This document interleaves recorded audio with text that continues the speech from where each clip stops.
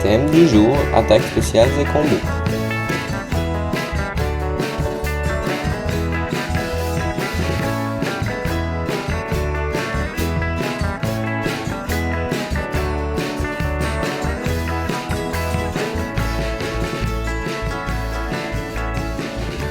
Bonjour chers spectateurs, aujourd'hui on se retrouve pour parler d'une épée bien spéciale.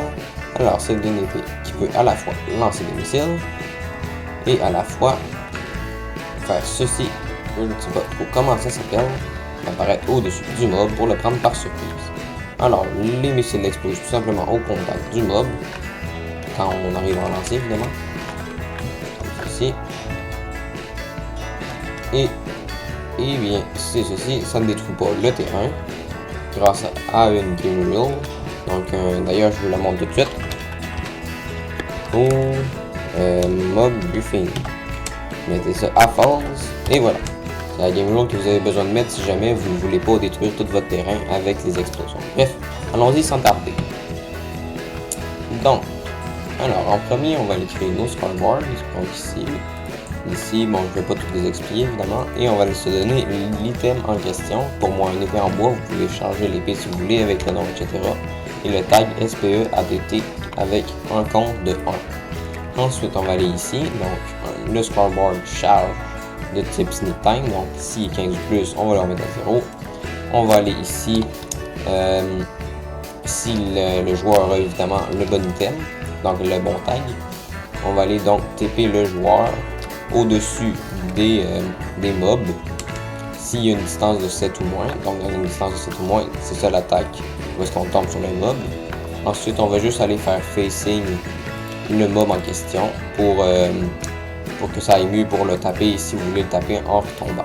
Ensuite on va mettre le score de boom à 1. Ici il fallait le détecter, le score de boom, donc c'est pour faire l'explosion quand on retombe, pour l'exécuter sauf si les blocs moins 3 air, donc faut qu'il y ait des blocs en dessous de nous autrement pour que l'explosion se fasse. Donc on va summon Creeper qui va exploser. Pourquoi pas une TNT? À cause que les TNT vont tout exploser, les blocs aussi. Tandis que le Creeper avec les game rules que je vous ai montré tantôt, ben ça ne va pas tout exploser justement. C'est juste les entités qui vont prendre des dégâts. Ensuite on va remettre le score à 0 et mettre un effet de Wither aux entités afin qu'ils prennent un peu plus de dégâts. Bon. Ensuite, on va exécuter si l'entité, si on a un score de 20 ou plus, donc ça c'est pour une espèce de mini missile que vous avez vu. Donc on va set le score à 0. Ensuite, on va summon notre cher Armor Stand à condition qu'on ait le bon tag dans les mains. Et s'il n'y a pas d'entité à 7 blocs ou moins, à part nous et les items, etc. Comme ça, ben, ça fait 2 attaques distinctes. Donc on va aller summon notre Armor Stand. Ensuite ici, on va aller TP nous. Excusez-moi.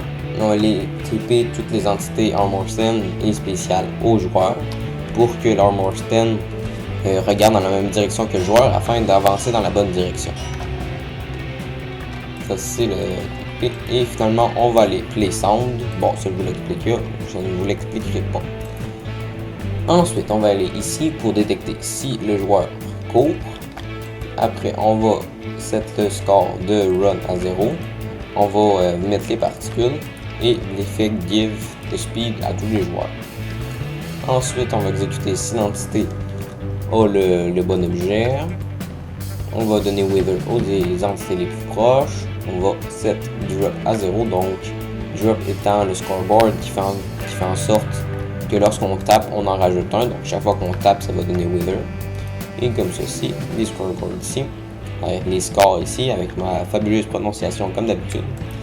Ici, on va exécuter si ils sont à une distance de plus que 30 blocs du joueur.